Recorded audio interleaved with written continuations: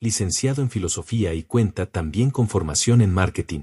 Es director de una empresa pedagógica especializada en filosofía para niños y docentes, y co-creador de un think tank de inteligencia artificial enfocado en educación. Actualmente se desempeña como profesor investigador en temas de ética aplicada a la inteligencia artificial en instituciones de alto prestigio académico, y es autor de diversas publicaciones especializadas. Hoy comparte la conferencia Una filosofía de la IA, retos éticos de la inteligencia artificial en la educación. Luis Pedro Cabarrús, ingeniero en electrónica e informática. Agradecemos el valioso patrocinio de Editorial SM por hacer posible esta conferencia y brindemos un fuerte aplauso para Enrique Siqueiros. Muchas gracias.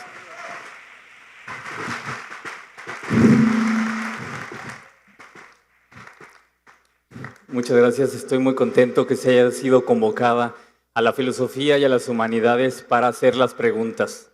Ya tuvimos un momento de asombro, de éxtasis, de vértigo en torno a la inteligencia artificial y toca preguntarse cuál es el papel de las humanidades y en específico cuál es el papel de la filosofía.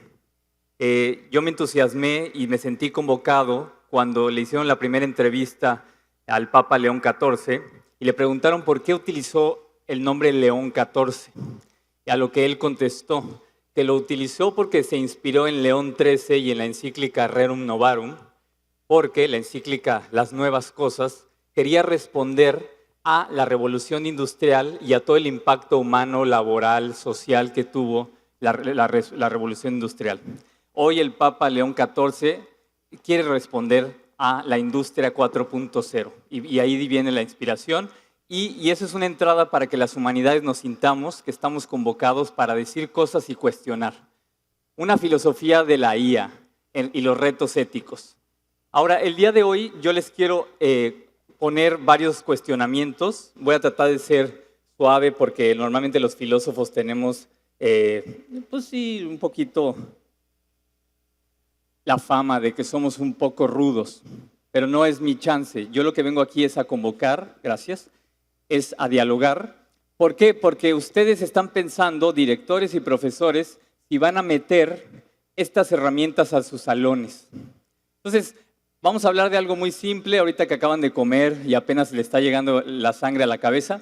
Alguien que se anime a explicarnos qué es lo que está sucediendo en la arquitectura computacional detrás de ChatGPT. Alguien que levante la mano, le voy a pasar el micrófono y que nos platique cómo funciona la arquitectura que se llama Transformer, que hace que cuando le escribes un prompt a ChatGPT te da una respuesta muy verosímil.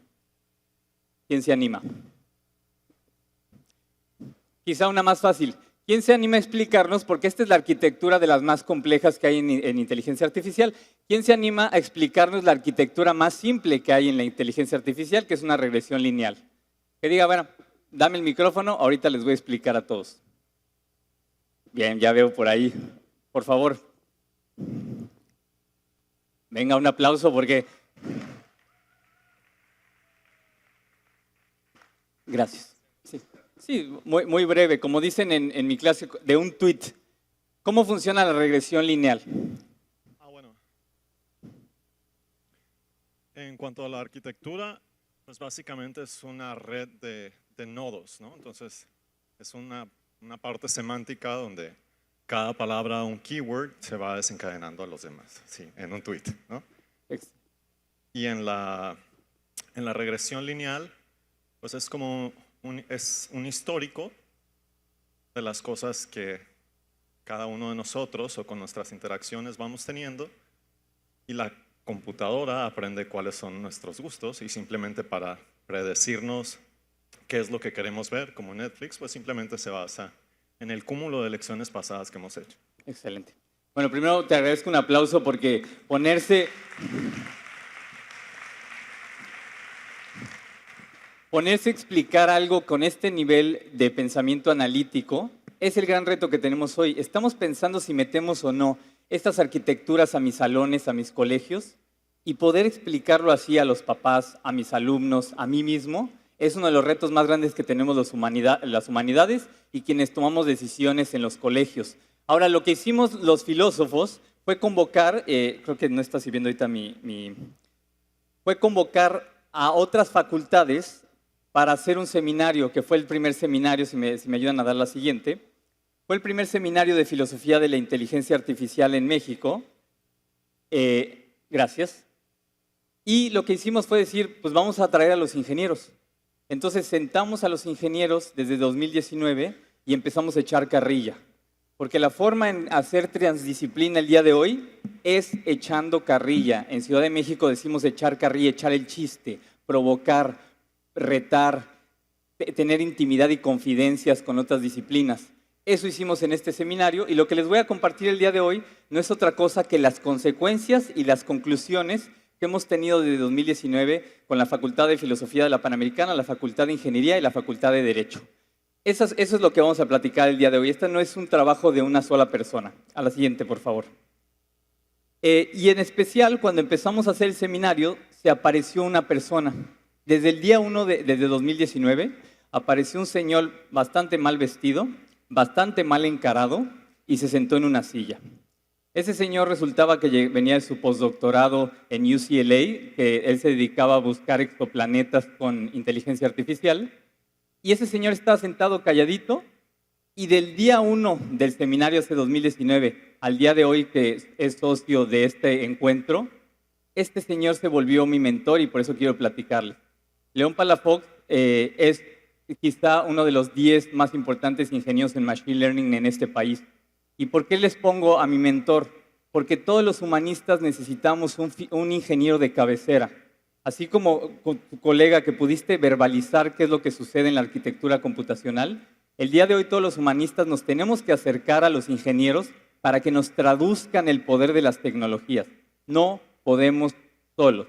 Entonces, ¿cuál es tu ingeniero de cabecera? Porque tú como director de colegio, tú como profesor, tú como tomador de decisiones, necesitas ir a tu board y decirle a tu ingeniero, ¿es cierto esto que me están vendiendo en Silicon Valley? ¿Es cierto los alcances de esta tecnología? Y alguien de ese nivel de tecnicismo que valide. Siguiente, por favor. ¿Y por qué necesitamos a esos ingenieros? Porque ya hemos visto esta historia. Esta historia de veranos e inviernos de la inteligencia artificial está desde que se acuñó el término en la Universidad de Dartmouth en los años 50. Una y otra vez hay un momento de verano donde hay expectativas ampliadas, muchísimo capital de riesgo, obras de literatura y de cinematográficas, una emoción enorme y de repente no entregan lo que prometen. Una y otra vez hay veranos e inviernos, pero hoy hay un momento muy especial y eso es lo que me entusiasma con mis colegas ingenieros. Nunca habíamos tenido la capacidad de recabar, almacenar y computar tantos datos como tenemos el día de hoy. Sí estamos en un momento inédito, le damos a la siguiente, por favor. Este momento inédito no es, y aquí sí quiero ser muy tajante, no es que la IA va a llegar ni siquiera en el futuro cercano a lo que de repente los poetas y los cinematógrafos nos plantean como esta inteligencia artificial general. Y eso sí lo voy a quitar del camino. Estamos tan lejos de la IA general y la superinteligencia como los griegos, hace 2400 años, estaban del primer autómata que se llamaba Talos. Porque para que suceda esto, tendríamos que estar con un organismo, no con una máquina. Entonces, si le damos a la siguiente, el problema es que, ¿por qué no estamos ahí? Porque no entiende la realidad la IA. Si yo le digo a Midjourney, a ChatGPT, ilústrame a la Madre Teresa combatiendo a la pobreza, resulta ser que como no entiende la realidad, ya luego lo arreglaron, le hicieron un fine tuning para que no sacara esto. Pero es que no entiende la realidad. Yo sí soy de los que piensan que es un autocomplete en esteroides, como decía un profesor hace rato. Le damos a la siguiente y me disculpo por pero me dio un poco de... Lo que sí tenemos y es poderosísimo y está causando esta revolución industrial que el Papa León XIV, inspirado, por eso tomó el nombre, es esta IA acotada que nos está cambiando la vida a todos. Le damos al siguiente. Y si tienen otro clicker, mira, ya agarró. Lo que sí tenemos y está impactando a todo el ecosistema educativo es estas pequeñas herramientas que nos están cambiando la forma en que nos comportamos y nos traen, primero, número 1, profesores rebasados en dos frentes. El primer frente es que casi no hay otro profesionista en este país que que esté tan burnouteado, como dicen los chavos, por subir calificaciones, por poner el Cardex, por revisar las tareas que él mismo dejó, la cuestión emocional de ser, y aquí yo me dedico a capacitar profesores en public speaking, y siempre me dicen, los alumnos esperan que yo vaya a sustituir el cariño que no les dan en casa. Y no porque los papás no quieran, porque los papás tienen 2 trabajos y no tienen el tiempo. Ya agarró, pero muchas gracias. Entonces, el profesor no solamente se vuelve administrativo, investigador, showman, porque ya tienes que competir contra el influencer, sino también es la contención emocional que de repente los papás no estamos pudiendo dar en casa. Y a eso le sumas y le dices, y además te tienes que tomar un curso de 40 horas de Python y de redes neuronales y además vas a usar otras 5 nuevas apps en tu clase. No le hagamos eso a los profesores. El profesor no puede más con más carga ahorita. Entonces, el profesor está rebasado. Los alumnos, sabemos, están tomando atajos y ahorita lo vamos a platicar. Esos atajos cognitivos, pues no los están entrenando como deberían. Tercero, los orientadores. Los orientadores van con los alumnos y el alumno le pregunta, ¿qué estudio, Juan?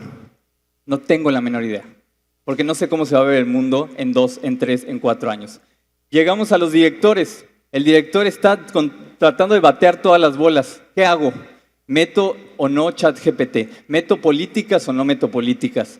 ¿Permito que los alumnos lo utilicen en clase, que los profesores lo implementen? Y detrás de todo, como sabemos en la educación, ahorita lo platicamos en la comida, están los papás.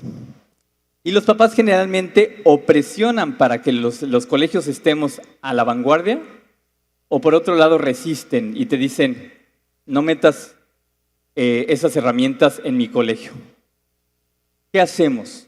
Y esa es la pregunta que yo quiero hacer el día de hoy y por eso nos convoca y estoy muy agradecido que me hayan invitado. ¿Qué hacemos? Yo voy a hacer unos cuestionamientos y estos cuestionamientos van a tratar de balancear un poco el furor tecnológico. Tenemos 2 perspectivas, promover o frenar. Muy simple, casi blanco y negro. Y la perspectiva de promover es una perspectiva muy ingenieril. El ingeniero, un paper muy bonito de Mutton dice, el ingeniero se mueve por el afán de progreso, de mejorar, de innovar, de crear, de romper. Y la filosofía, por su propia naturaleza, observa y regula, porque somos observadores. Esas es las 2 perspectivas que lideran los posicionamientos en inteligencia artificial a nivel mundial. Tenemos la perspectiva de promoción de la inteligencia artificial dada por el Executive Order de Donald Trump, que fue muy distinta a la que tenía Biden, que es no solamente yo voy a permitir, yo voy a poner dinero para que todo el K-12 desde primero de primaria ya estén estudiando inteligencia artificial en el salón con herramientas de inteligencia artificial. Por otro lado, en la parte de frenar, regular la inteligencia artificial, el liderazgo lo tiene la Unión Europea. Es tanto el liderazgo de la Unión Europea en IA que están perdiendo la carrera tecnológica. No hay ninguna empresa de tecnología europea en el ranking de top 20 empresas tecnológicas a nivel mundial. La Unión Europea es tan agresiva en su regulación que cuando salió el GDPR, la Ley de Protección de Datos en 2019, 1/3 de las apps en Google Store se cayó. 1/3 de las apps, imagínense los millones de euros que se cayeron por un plumazo legislativo. Estas son las 2 posiciones que nos dan cierto norte de cómo está la discusión en torno a cómo meto o no meto IA en la educación.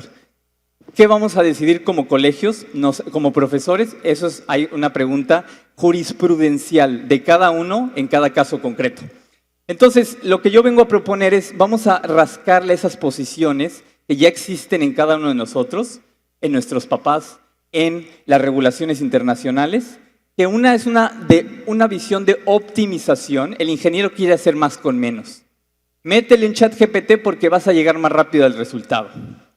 Y es cierto. Y la otra visión es la visión de la organicidad del florecimiento. Yo no quiero llegar más rápido, yo quiero llegar completo. Estas 2 visiones son la visión de la optimización primó durante 200 años y se llama el mecanicismo. Es poderosísima, nos dio el mundo en el que vivimos hoy. pero ya desde finales del siglo XX nos dimos cuenta que esta visión de voy a optimizar para mejorar unas cuantas variables trae ciertos problemas. Y el florecimiento, esta es toda la ética desde Aristóteles, vamos a ver al ser humano como un ente orgánico completo, donde no puedes optimizar una de las partes aisladas. Vámonos brevemente. La optimización es esta promoción, y pues hemos visto y ya nos platicaron en la mañana excelentemente, como con todo lo que puede optimizar tu clase. Yo lo único que me quedaría como profesores es que te dé tiempo libre. Eso sí, tiempo para ti, para tu familia, para que estudies más, para que tengas más energía para presentarte ante un grupo de salvajes. Yo soy profesor y yo fui un salvaje. Y para estar enfrente de un grupo, yo hago triatlones, tuve que hacer ejercicio porque si no me comen vivo. Entonces, si para eso vas a utilizar ChatGPT para tener más tiempo para ser mejor profesor, dátelo. Ahora, hay mucho.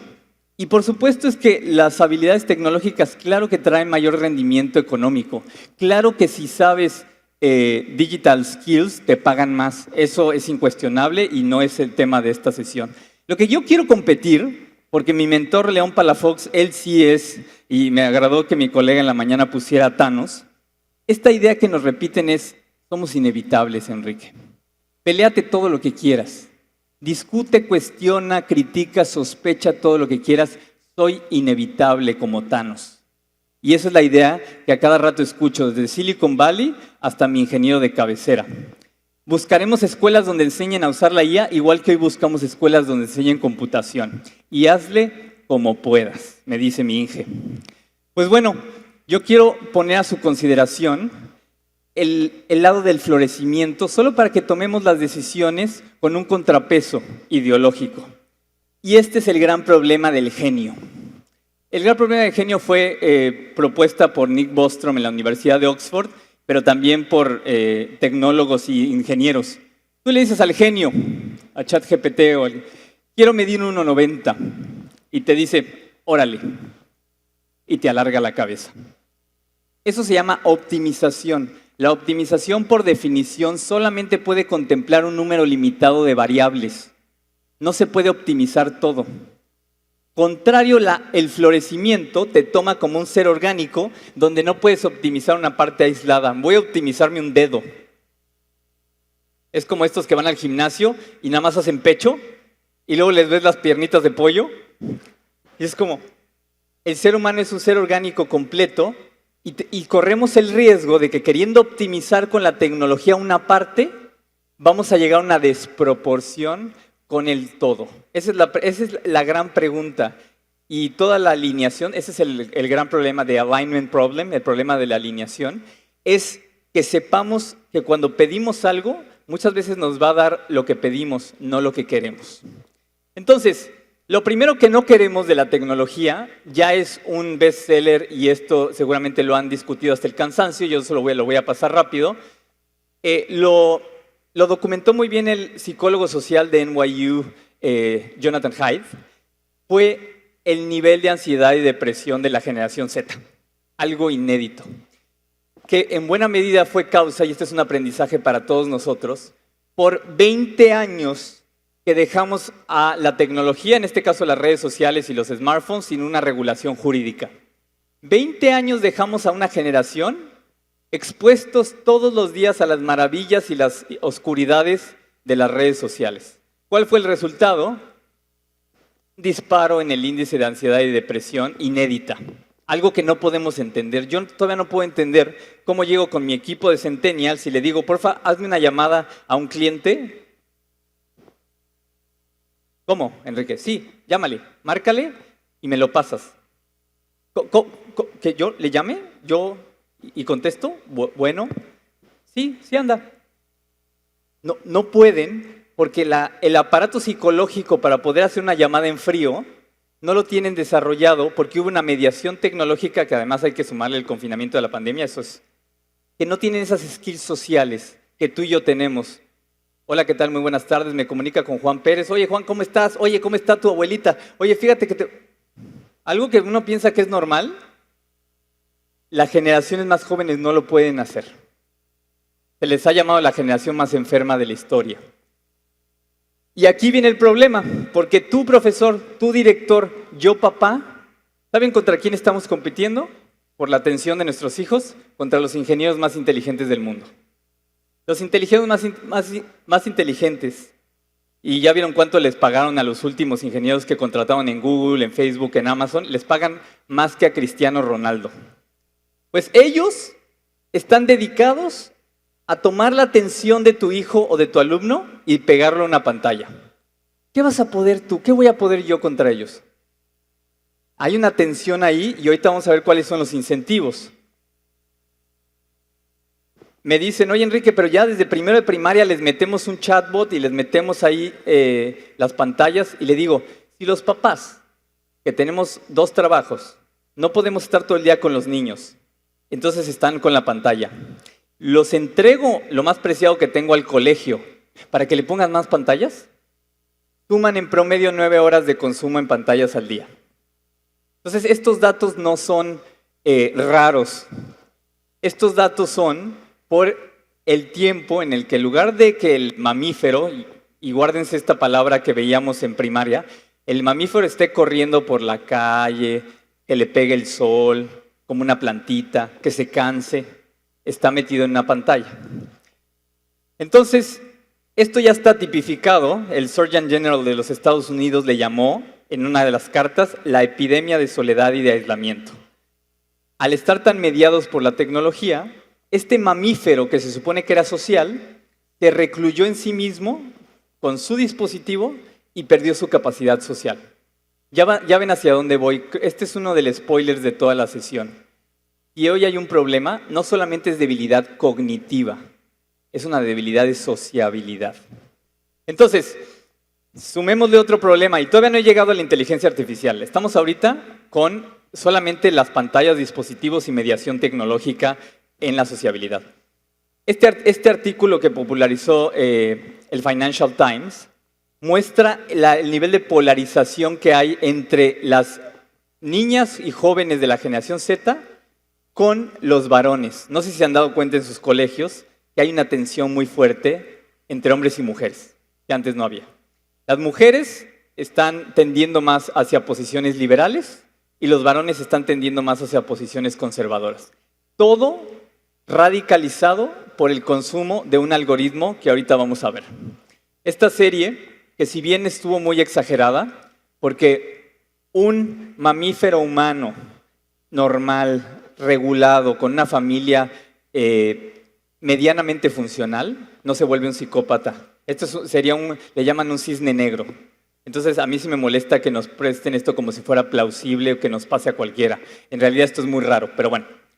Pero el índice de radicalización que está llevando a que los varones sean tan agresivos, y estos sí son datos reales de Lost Boys, que es un documento de la Unión de UK, de Gran Bretaña, que empezó a estudiar a los varones y se encontró con estos caracteres de comportamiento. Están más ensimismados, más solitarios, más reprimidos, más resentidos y no salen de su casa. Y esto es algo que a todos nos preocupa, porque dice Scott Galloway, psicólogo de NYU, amigo de Jonathan Haidt, que no hay persona más peligrosa en este planeta que un varón solitario, aburrido y resentido. Porque imagínense todo ese poder mamífero como olla de presión, lo que trae que son movimientos muy agresivos. Entonces, ¿qué pasa con el genio de la lámpara, pero en mi colegio? Ahora sí. ¿Queremos optimizar? Claro. ¿Queremos responder a las necesidades de los papás? Claro.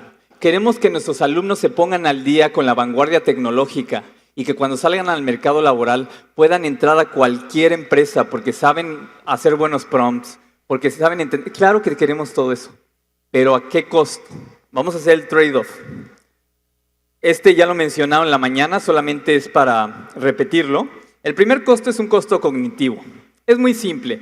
Yo voy al gimnasio y en lugar de meterle mis 20 kilos, pues ¿para qué? Mejor le digo a alguien, oye, ¿me ayudas? ¿Me puedes cargar esos 20 kilos? Y yo te veo. Ahí vienen las sentadillas, los squats. No, ¿para qué?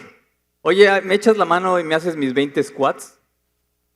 Es hasta tan de sentido común que de repente si delegas tu esfuerzo cognitivo, tu cognitive burden, pues te vas a poner muy guango de tu cabeza. Así, muy, muy débil. Te vas a poner... Y entonces, el trabajo de un profesor es ser un coach, es un entrenador, ¿te duele? ¡Qué bueno! Dame otras 2. ¿Te duele un poquito más? ¡Qué bueno! Y ya si veo que se va a desgarrar un músculo, yo ya conozco, porque soy prudente, y me detengo. Y esa labor de coach, de entrenador, es nuestra labor. Y si están delegando sus squats, su press de pecho, y entonces está delegando el gimnasio por el que yo como papá estoy invirtiendo para que mi hijo o mi hija se ponga fuerte intelectualmente. Entonces, este artículo, nomás para complementar, los usuarios experimentaron 32% menos de carga cognitiva. Bueno, le voy a bajar el peso. Y entonces nada más estoy yendo a platicar al gimnasio. Lo segundo es, ¿qué clase de contenido nos da un LLM? Nos da ChatGPT. Oye, por favor, hazme el mapa de México. ¿Qué ven ahí?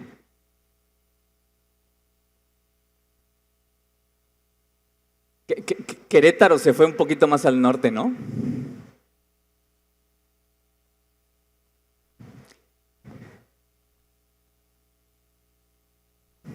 Sí. Oye, dame el mapa de México.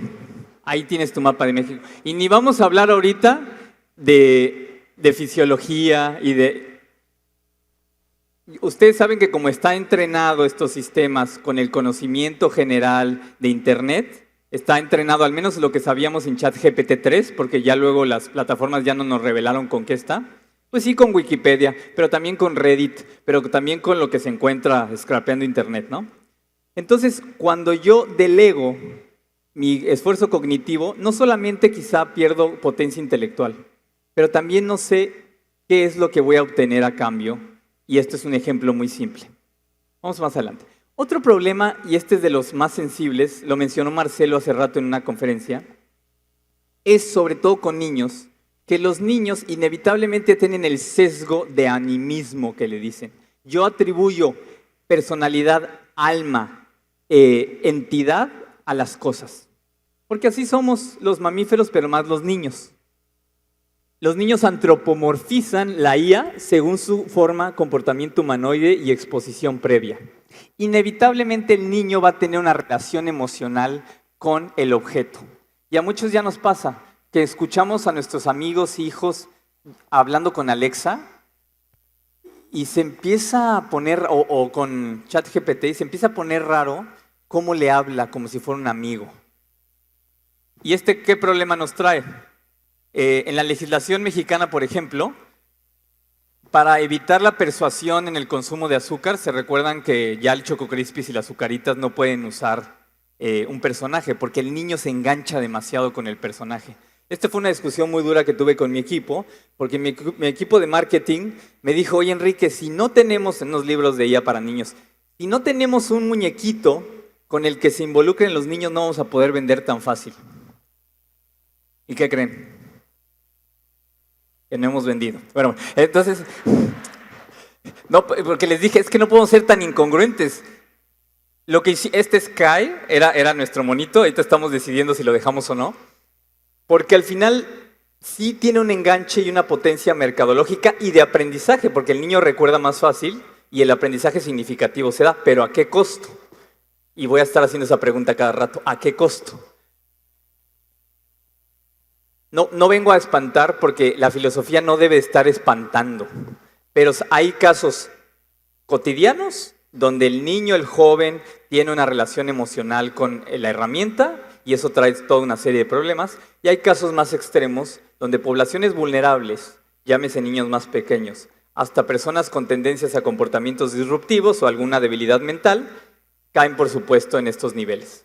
Entonces, ¿cómo hacemos para protegerlos si yo hago una regulación estándar en la que meto en los colegios de manera horizontal los sistemas sin tomar en cuenta que hay mentes un poquito más susceptibles o vulnerables a engancharse? Esas son preguntas, yo vengo a hacer preguntas.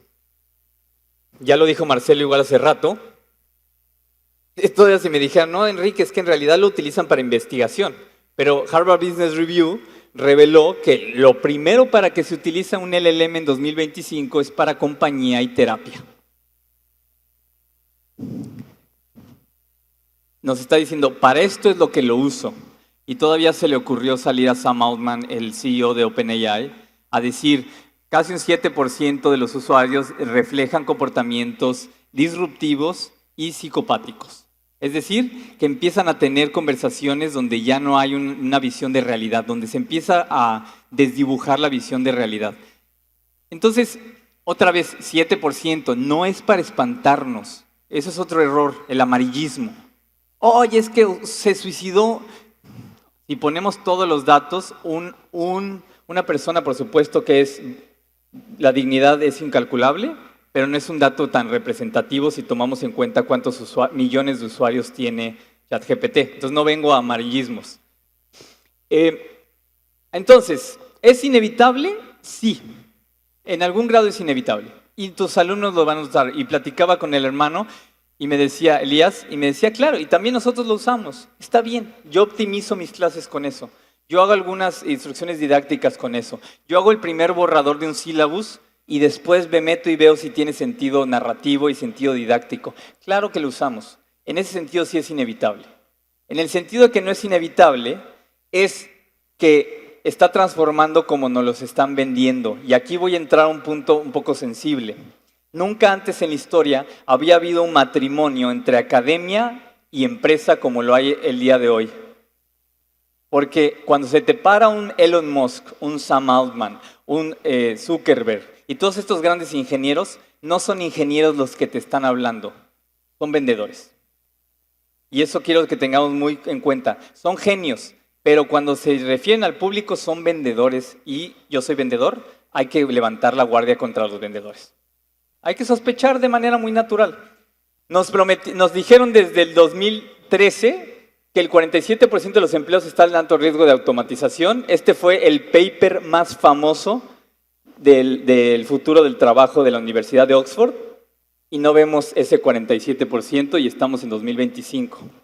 Y lo que vemos, y esto lo publicó el MIT, que 95% de los proyectos piloto de la IA no logran generar retorno de inversión. Esto es en 2025. Entonces, ¿qué vengo a hacer hoy? Solamente poner un contrapeso ante el furor desencadenado y desproporcionado que está teniendo la IA. Sigue siendo impresionante. Yo sigo perplejo, emocionado cada vez que mi mentor me da una cátedra de cómo funciona una red neuronal. Es impresionante cómo una palabra se vuelve un token y luego te la puede dar estadísticamente. No vengo a retar eso es impresionante. Lo que vengo a retar es la burbuja que se está creando y que un papá y un director de colegio y un profesor de repente se ve empujado a decir, si no me subo a la ola con todo, voy a quedar atrás. Eso es lo que vengo a retar. Quien dice que la IA reemplazará a los profesores no sabe ni de educación ni sabe de IA. Porque quien conoce lo que es la educación, sabe que también en buena medida somos niñeros los profesores. Cualquiera que sepa un poco de educación sabe que tus papás te entregan a sus hijos y por favor que no se mate durante 4 horas. Que socialice, que le pegue el solecito, que coma con sus compañeros y me lo regreses a casa cansado. En buena medida, toda la historia, la educación también ha sido ese momento donde socializas, pero también te cuidan. Un LLM en casa, y lo vimos en la pandemia, no va a tener a un niño todo emocionado. Sí voy a aprender todo el tiempo. Necesitas a alguien que diga, oye, pon atención. Oye, regresa aquí. Oye, alguien que admires. El profesor es mucho de admiración. Un LLM no lo vas a admirar. 3 veces te va a sorprender y ya el 5.º vas a estar. Y va a seguir hablando y tú vas a ver otra cosa. Y ahí está el profesor. Juanito, venga, aquí estoy. La IA no va a reemplazar a los profesores. Hay algunos casos muy interesantes de escuelas que han transformado todo su sistema educativo, han tirado todas las paredes y están haciendo pilotos muy interesantes, pero que difícilmente son generalizables para un sistema educativo como el mexicano. Entonces, no los voy a descartar de tajo, pero sí no son casos generalizables ni representativos. Y la IA, como un gran poder predictivo y estadístico, no entiende el mundo. Entonces, no funciona para ser un profesor. Un poquito más de este matrimonio entre empresa y academia, porque esto sí es importante que lo discutamos el día de hoy. De 2017 a 2020, los modelos de IA con afiliación a industria aumentaron de 62% a 91%. Las universidades privadas, ni Stanford, ni Harvard, ni la UNAM, tienen el dinero necesario para montar un centro de datos y entrenar un chat GPT. Entonces, ¿qué hacen? Van con Microsoft, van con Nvidia, van con Google y le dicen, porfa, ¿me ayudas a entrenar? Sí, claro, pero dame acceso a tus investigadores, si no te los compro. Pero entonces las universidades, cuando sacan un paper, ese paper viene y se van a dar cuenta, Carnegie Mellon, Microsoft, Google, OpenAI, y uno dice, oye, bueno, ¿qué no la universidad es el lugar donde el conocimiento se buscaba por sí mismo, sin ningún otro incentivo y utilidad? Ya no estoy seguro. La Universidad de Toronto saca un artículo sobre cómo los coches autónomos están teniendo menos accidentes que los coches normales con un conductor. Y de repente ves ahí, esto patrocinado y estuvo Waymo participando. Y dices, ¿pero qué no Waymo vende coches autónomos? ¿Tiene taxis autónomos? Esto fue muy problemático cuando se dio el leak de, si recuerdan, el Wall Street Journal, sacó de Facebook Files y ahí nos dimos cuenta del problema. Una whistleblower, una persona sacó los datos del grupo de investigación de Facebook, que no sacaron ellos, y nos dimos cuenta que 1 de cada 3 adolescentes tenía problemas de percepción de su cuerpo y problemas alimenticios por usar Instagram. ¿Quién sabía eso? Pues todo el departamento de investigación de Facebook. ¿Cuándo lo iban a revelar? Pues nunca. Porque ¿cuál es el negocio de Facebook? ¿Se entiende? Es la retención en una pantalla. Yo no voy a revelar que 1 de cada 3 adolescentes se siente incómoda con su cuerpo y tiene problemas alimenticios, porque eso afecta a mi modelo de negocio.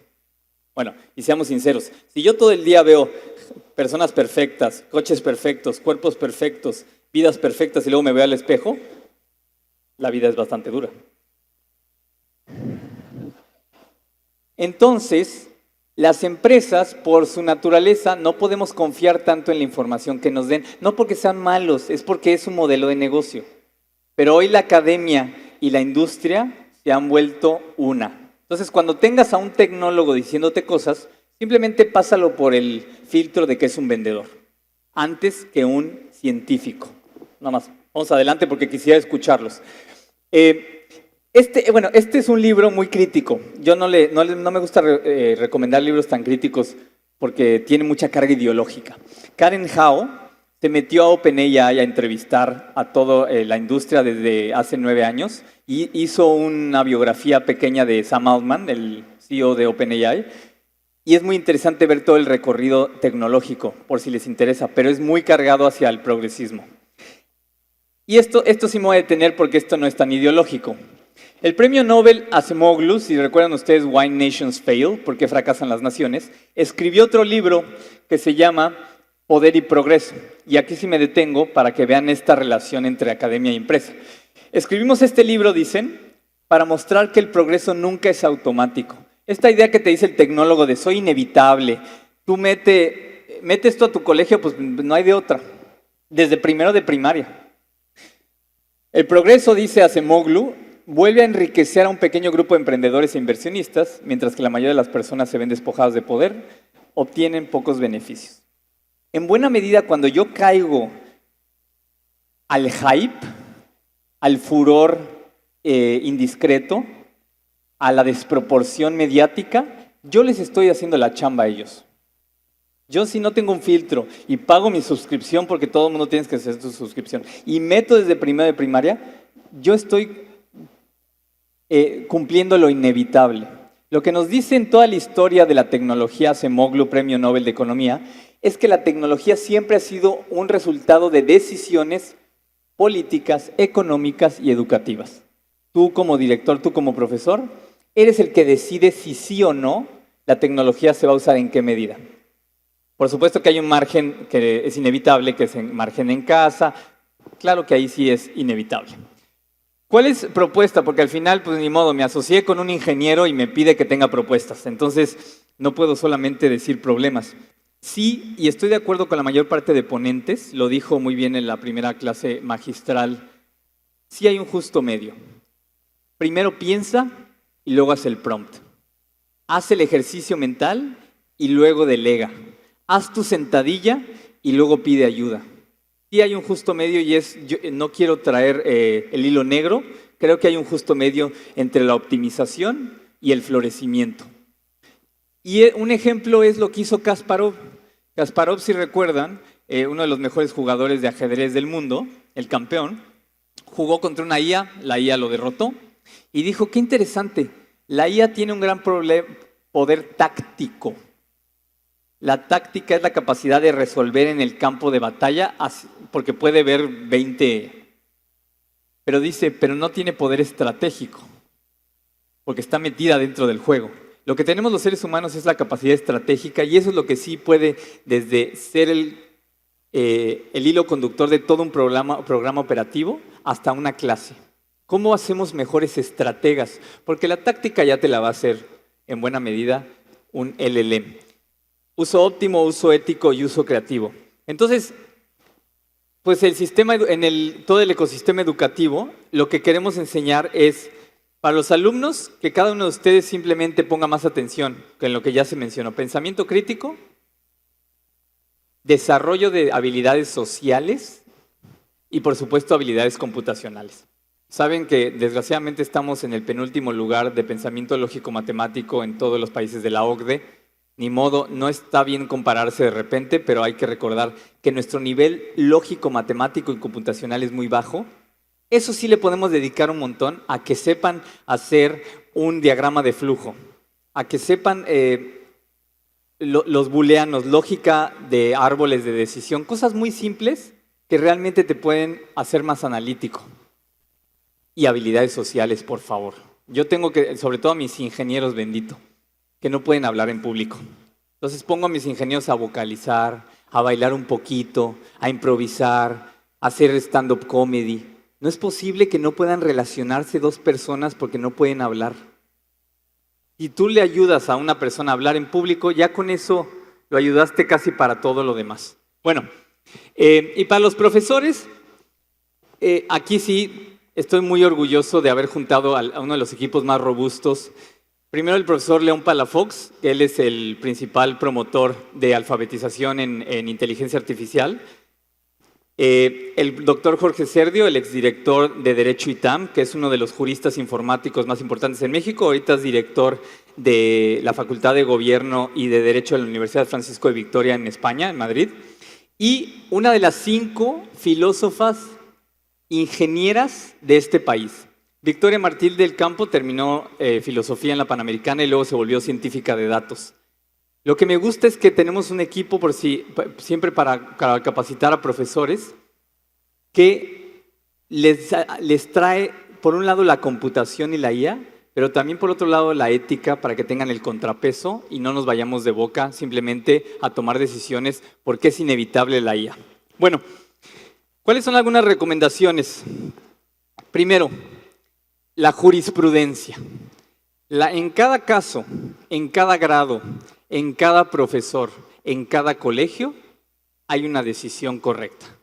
No hay una decisión transversal y absoluta para todos, porque cada colegio se cuece aparte.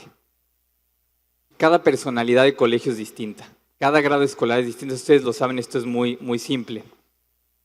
Segundo, sospechemos del hype. Sospecha también del ingeniero emocionado porque ya viene una nueva tecnología. Sospecha, pero también del humanista que a todo le ve problemas. La sospecha es, lo decían así los escépticos antiguos, la suspensión del juicio en un mundo tan cambiante es higiene mental. Suspende el juicio. Oye, salió una nueva noticia. Suspensión del juicio, dejo que pasa la efervescencia, pasa el humo y luego tomo una decisión. Oye, que salió un nuevo, el ChatGPT 7. Suspendo el juicio, dejo que pase el furor, la efervescencia y luego tomo una decisión. El escepticismo, el día de hoy con tanta desinformación, es higiene mental. Tercero, capacitación en uso ético y legal de la IA. Casi no tenemos regulación jurídica en este país para proteger en la IA. Ya viene la regulación, pero se va a tardar. Está especialmente en la Unión Europea. Pero sí que el profesor sepa qué hago para proteger los datos de mis alumnos. ¿Qué tanto no están cercanos a ser persuadidos para que haya una conexión emocional con el LLM? ¿Qué tanto el alumno y cuánto tiempo es deseable que esté frente a una pantalla? Sin pantallas antes de los... Esto sí es muy cuestionable, yo se los comparto. El movimiento que hizo Jonathan Haidt en Estados Unidos con The Anxious Generation, él promueve que no se metan pantallas antes de cuarto de primaria. Aquí yo me suscribo a eso por lo que les platicaba. Si ya tienes las pantallas en casa y no hay relaciones con otras personas, no sales al parque a correr, no, y luego llegas a la escuela a tener más pantallas, en un periodo crítico neuronal, que si se recuerdan, el periodo crítico neuronal es ese momento en la vida cerebral de una persona, sobre todo desde nace hasta los 25 años, en donde sí hay mucho impacto en la forma en que se constituye tu psicología. En ese momento le llenas de pantallas, pues bueno, ahí sí mi recomendación es, si se puede evitar, que se evite. Y por supuesto, invertir más en habilidades computacionales críticas y sociales. Bueno, yo quiero agradecerles el ratito y por supuesto discutir, que yo vengo a pelearme con ustedes. Digo, yo vengo a discutir con ustedes. Muchas gracias.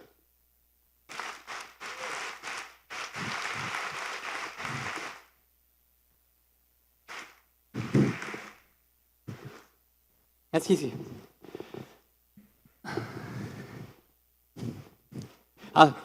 Si hay preguntas, comentarios, críticas, contrapesos, siempre son muy bienvenidos, porque sí es relevante. Este es un punto de vista desde las humanidades, de este seminario de filosofía de la IA. No les puse lo más progresista, porque yo tiendo a ser un poquito más entusiasta de la tecnología. Sí, por favor. Bueno, me surge esta duda porque si volteamos a ver otros países, por ejemplo China, decir que ellos ya tienen máquinas haciendo máquinas, es decir, robots, ya menos personal humano. Entonces, ¿qué hace entonces la escuela? ¿Cómo le hace? Y por decir, allá tienes alguna situación, te la resuelven en 15 minutos y probablemente en México en 15 días. Entonces, ahí está difícil. Sí. Quería hacer este comentario. ¿Por qué decir en la escuela esto o decir en la educación esto, la inteligencia artificial aquello? Sí. Bueno, muchas gracias. El caso de China no lo puse por una cuestión muy básica. La cultura china es una cultura colectivista. ¿Eso qué quiere decir? Que pone en el centro de su política y de su idiosincrasia a la comunidad y no al individuo. Entonces se cuecen muy aparte por muchas razones que voy a abordar. La primera es, China puede tener la capacidad del gobierno chino de recabar los datos de toda la población para entrenar sus sistemas de inteligencia artificial. Eso no puede pasar casi en ningún país del mundo. En Estados Unidos, los datos que tiene Amazon, que tiene Google, que tiene Meta, es una federación, cada quien tiene sus datos y no los concentra el gobierno. Es más, el gobierno, el FBI, le pidió a Apple que abriera sus celulares por una presunta actos de terrorismo. ¿Y qué hizo Apple? Nunca. Porque whatever happened in your iPhone stays in your iPhone. Es decir, en Occidente tenemos esta idea de la libertad y la privacidad individual. Por muchas razones es un gran triunfo, y en China no. En China todos los datos pueden estar concentrados por el gobierno y eso les da unas capacidades de ventaja tecnológica porque pueden tener primero mayor recabación de datos, todas las cámaras, el QR para todos, el Social Credit System, que es un sistema que junta desde la parte tributaria hasta el comportamiento ciudadano de un individuo. Y eso es muy difícil competir en cualquier otro país. Y segundo, por la integración. Ya tienes toda esta recabación de datos que ningún otro país te va a permitir por derechos humanos y luego los puedes usar para entrenar tus modelos. Si se agrega un punto más, que es TikTok, bueno, ese es otro punto, no, ahorita voy a hablar. Entonces, sí tienen unos avances que les permiten que no tienen esos contrapesos de privacidad que tenemos en Occidente. Por eso sí, en la carrera tecnológica, han avanzado mucho más que muchos países. Bueno, que Europa no se diga. Gracias por la pregunta. Sí me distanciaría porque ellos sí renunciaron a muchísima protección de la privacidad individual por el bien colectivo. Pero gracias por el comentario. Gracias. Hablabas de la justa medida en este diagrama de Venn dentro de lo que es la mecanización y el florecimiento. ¿Qué sería para ti esta justa medida? Me gustaría mucho saber tu opinión y a la vez compartir mi percepción de esta nueva ola de la AI, ¿no? O sea, aquí en Hermosillo, siendo una ciudad industrializada, especialmente por la industria automotriz en los años 80, ya vivimos este boom con el inglés. Y no es casualidad que muchas de las escuelas privadas se autoidentifiquen con este concepto de colegio bilingüe. Entonces hay una fuerte identidad dentro de los papás que no todos cuestionan cuál es la importancia primordial del desarrollo de sus hijos. Es decir, ¿es una habilidad técnica, dígase hablar inglés, el éxito en la vida? ¿Cuál es el problema entonces que surge cuando hablamos de AI y decir, esto es lo nuevo que tiene que aprender mi hijo? Tiene que aprender a hacer prompts correctamente porque si no, no va a tener un futuro remunerado. Entonces, esa es mi perspectiva, la entiendo, pero nos gustaría que tú también nos pudieras compartir desde un punto de vista filosófico, ¿cuál es esta justa medida que vemos en el diagrama de Venn? Gracias. No.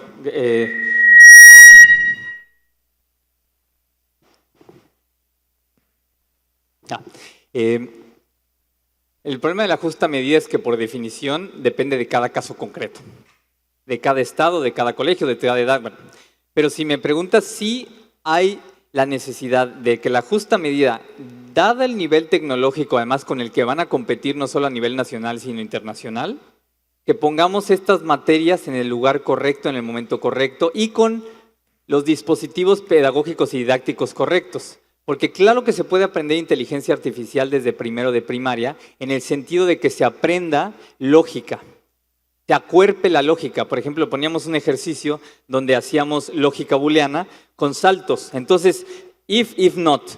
Entonces, pero no estoy metiéndole una pantalla. Entonces estoy amueblando la cabeza de un niño para que cuando llegue los diagramas de flujo, si pasa eso, entonces pasa eso, su mente sea más analítica gracias a que estuvo saltando en la lógica booleana.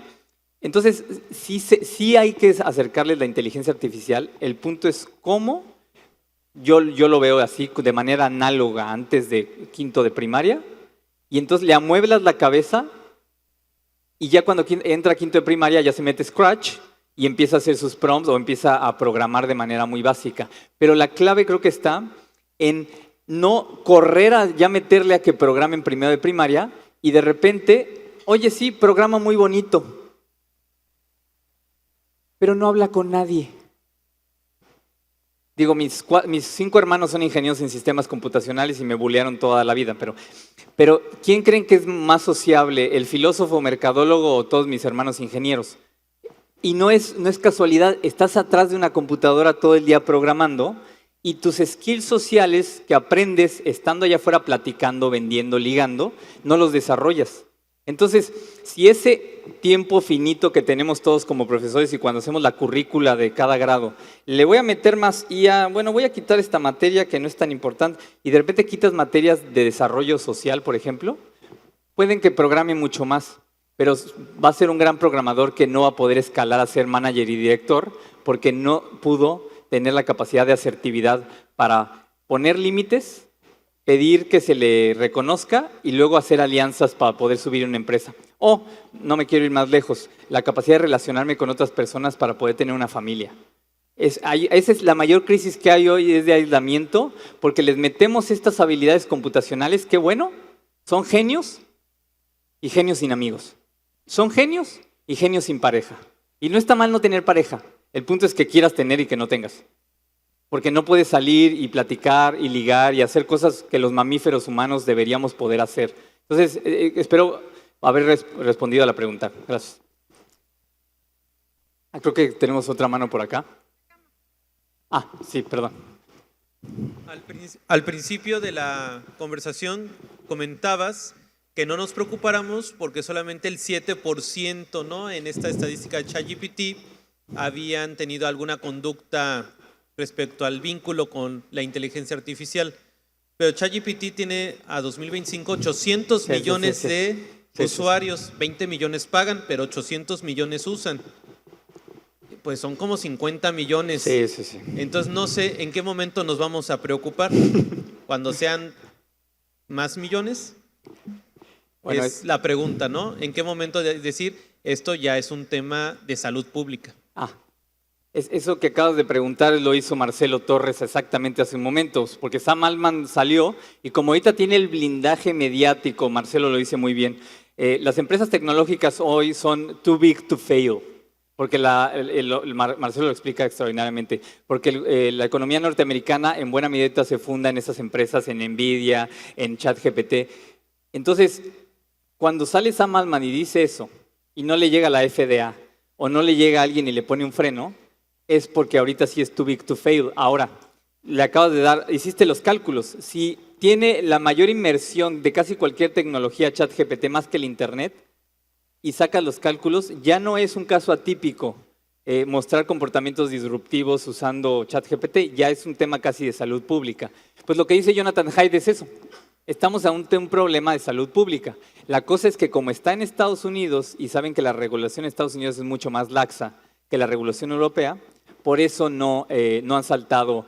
Estados Unidos tiene una regulación, le llaman, de una vez que se rompe algo, ya entra la demanda. Y la regulación en Europa es, yo voy a evitar el riesgo poniendo trabas para que no entre ningún producto al mercado europeo que pueda tener este riesgo. Son dos enfoques. Por supuesto que todas las empresas de tecnología europeas se van a Silicon Valley porque es un poquito más de Wild West.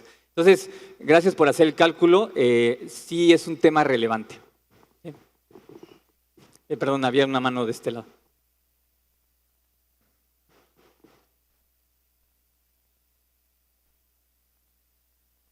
Gracias.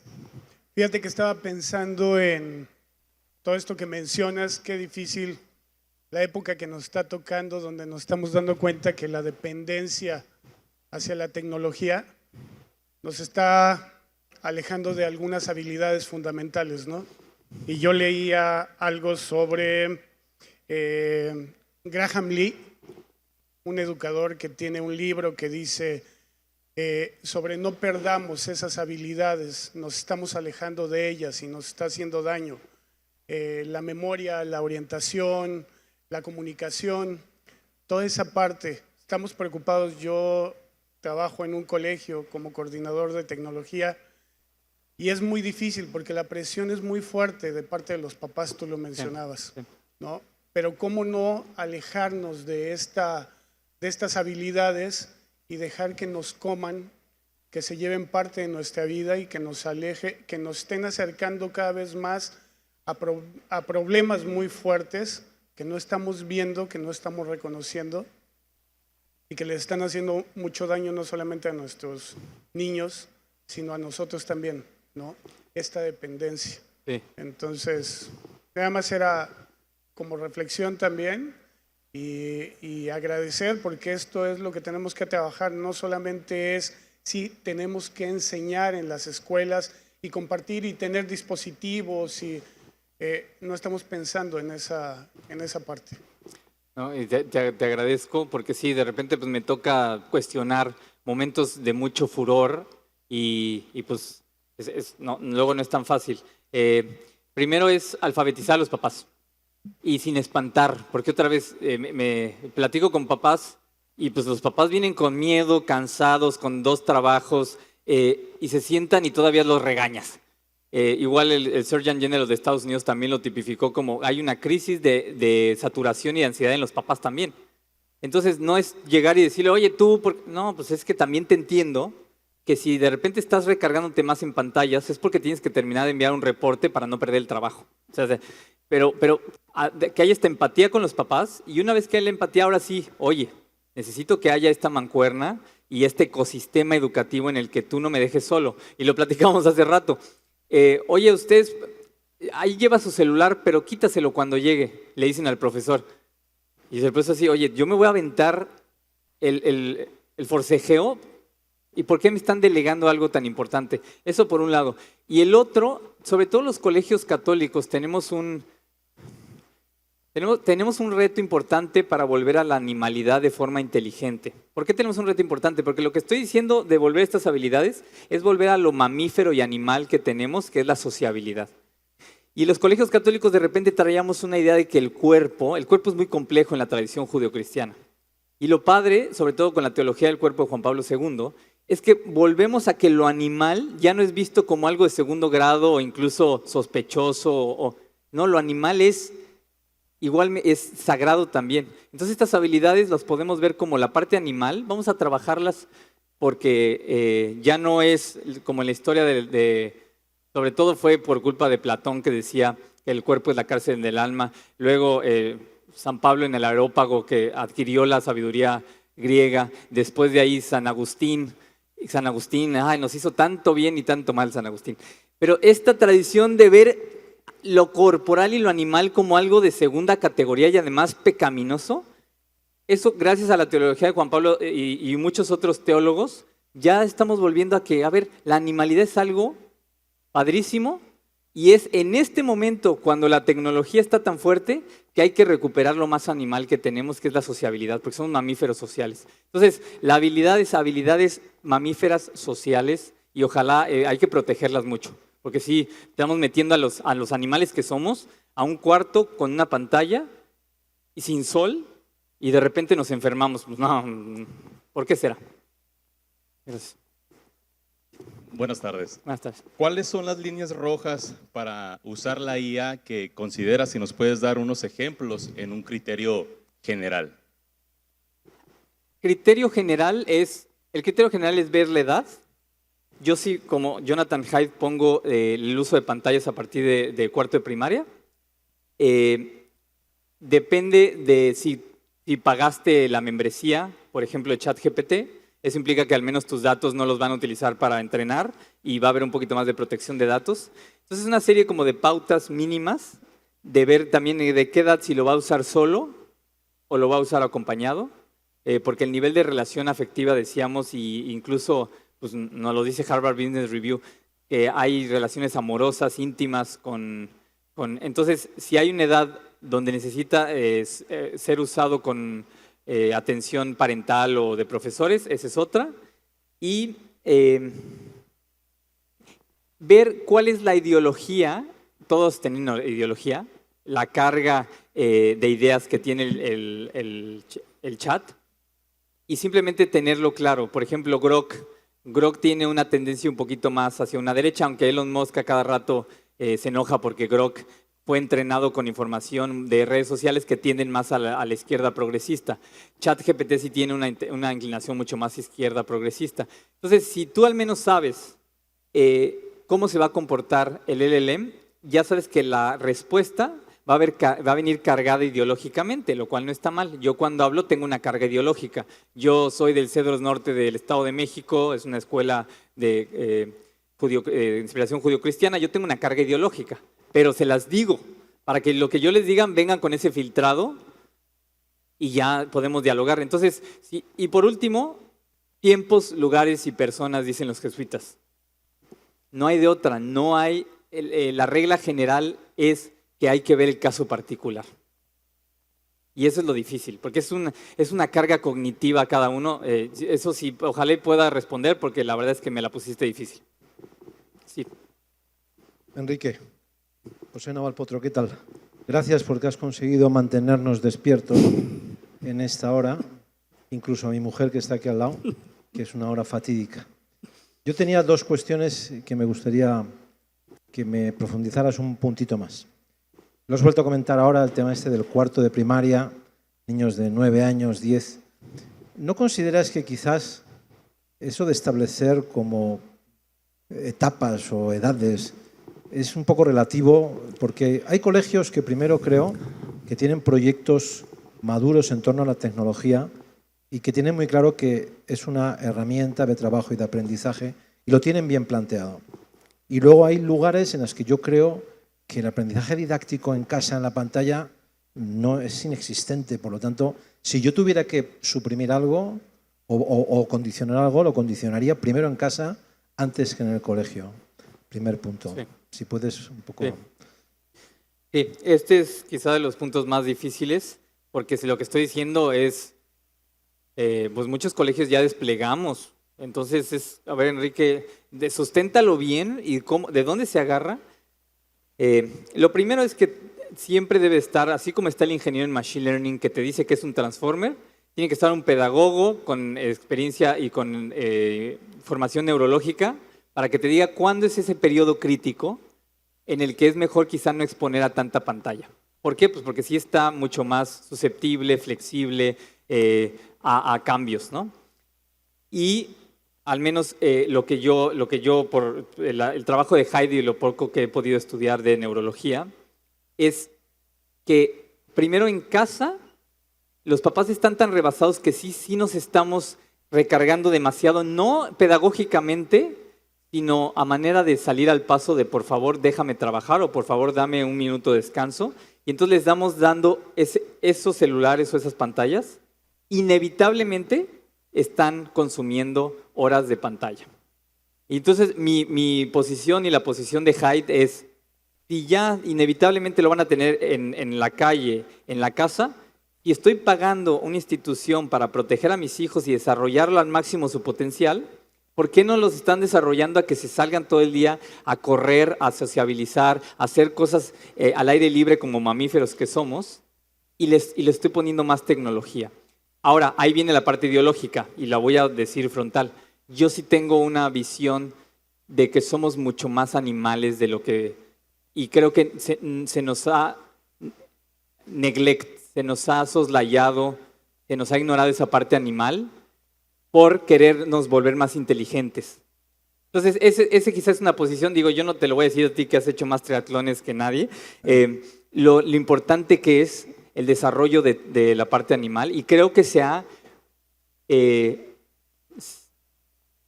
ignorado un poco por meter muchas cuestiones computacionales, cognitivas. Pero entonces sí es una posición mía respaldada por el trabajo de Hyde, pero que tendríamos que ver en cada caso concreto. Lo que vengo es una provocación. Y una última pregunta importante. Sí. Yo creo que en el Congreso hay mucho profesor y has afirmado ahí que la IA no sustituirá al profesor. ¿No crees que quizás lo que nunca hará la IA será sustituir a determinado tipo de profesor? Ok. No a cualquier profesor. Me la pones difícil, porque me la echas a mí, pero bueno, está bien. Platicando con mi socio León Palafox, él sí tiene la idea que van a ser sustituidos y hay casos ya de uso muy relevantes. Por ejemplo, había uno en Burundi, donde como no hay profesores, aquí viene la clave, como no hay profesores, ese gap de falta educativa donde hay quizá un profesor para todo el colegio, ha hecho maravillas tener un tutor en inteligencia, un tutor como ChatGPT. Maravillas en movilidad social, en desarrollo de habilidades, porque solamente hay un profesor para todo el colegio. Cierto. Hay ciertos lugares, no quiero poner ahorita nombres, donde los profesores están tan rebasados o no están capacitados que quizá un tutor ChatGPT puede de repente competirle, y ese es a donde me querías llevar y yo voy a caminar con mucho cuidado. Si están casi nada capacitados los profesores, sí le compite, capacitados no solamente del tema, hasta de las capacidades pedagógicas de poder tener a un niño prestando atención. Ahorita mi hijo está yendo a clases de música y mi hijo es un salvaje de 3 años y la profesora no puede tenerlo prestando atención un momento, pero se ve porque no trae experiencia pedagógica. Entonces, para responderte y tratar de ser valiente, sí hay ciertos casos, como cuando no hay profesores, donde un tutor IA es extraordinariamente potente. Hay ciertos casos donde los profesores sí no tienen nada de capacitación, donde la IA puede competirles, pero generalmente los profesores que dedican su vocación y su vida es muy distinto, muy difícil que una IA los vaya a reemplazar.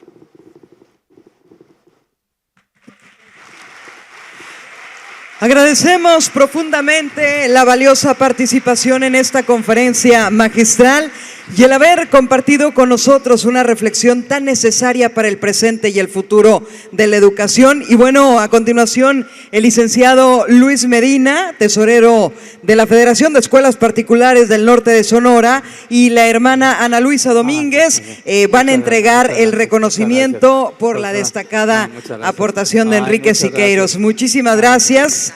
Y agradecemos también a Editorial SM, quien desde hace más de 80 años han acompañado a docentes y estudiantes en todas las etapas educativas, teniendo como propósito construir un mundo mejor desde la educación y desde el bien común y el cuidado.